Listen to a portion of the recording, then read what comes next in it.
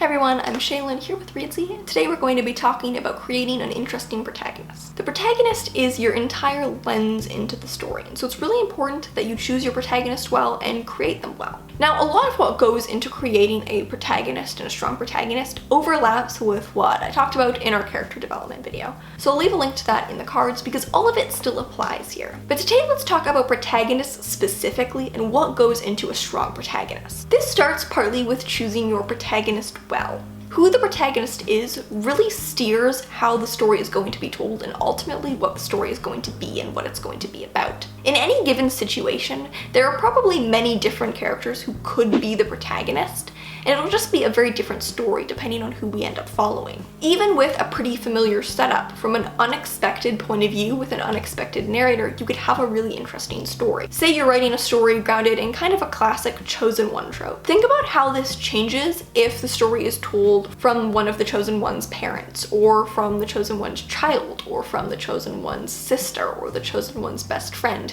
These are all very, very different stories, and it can subvert a lot of expectations. You also want a protagonist who interacts with the story in an interesting way. Now, for some stories, this might be someone especially competent. This is kind of, the James Bond.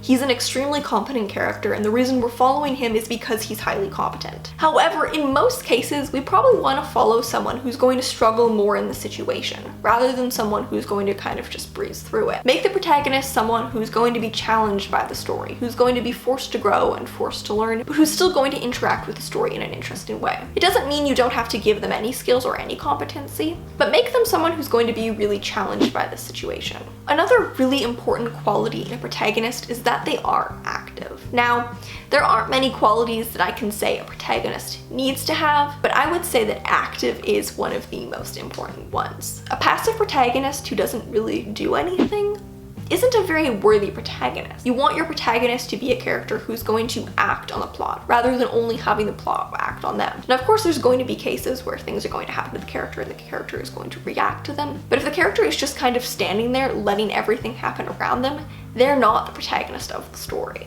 You also want a protagonist who is someone with the capability for change. Most protagonists are dynamic characters, meaning that they will undergo a character arc and change from beginning to end. This is why in most cases we aren't following the most capable character, aka the James Bond of the situation. Someone who's going to be challenged by the storyline is someone who's going to also grow from the storyline. You also want to think about what emotion this character is going to cast over the entire story. A character's general outlook and personality will have a huge effect on the overall tone of the story.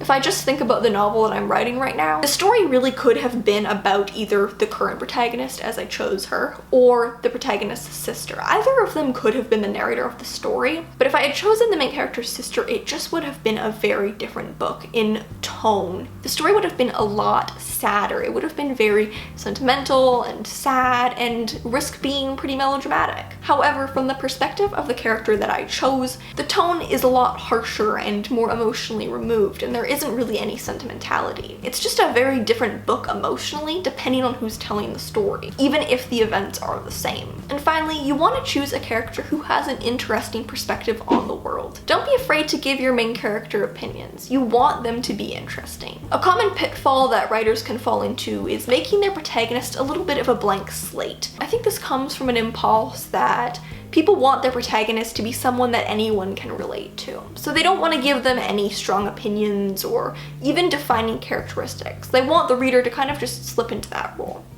However, it's very hard to invest in a character who is vague and isn't distinctly drawn. So don't be afraid to give your character opinions and give them interesting worldview. When looking through your protagonist's eyes, you want to see a version of the world that no one else can see. Think about what makes them unreliable, what beliefs they hold, their flaws and how we'll see these in their narrative, and how they feel about the story that they're telling. So that's how to create an interesting protagonist. Thank you so much for watching, and remember to subscribe and turn on notifications so you don't miss any new videos from us. We've got new writing, editing, and publishing videos every Tuesday and Friday. Thank you so much for watching, and I'll see you next time.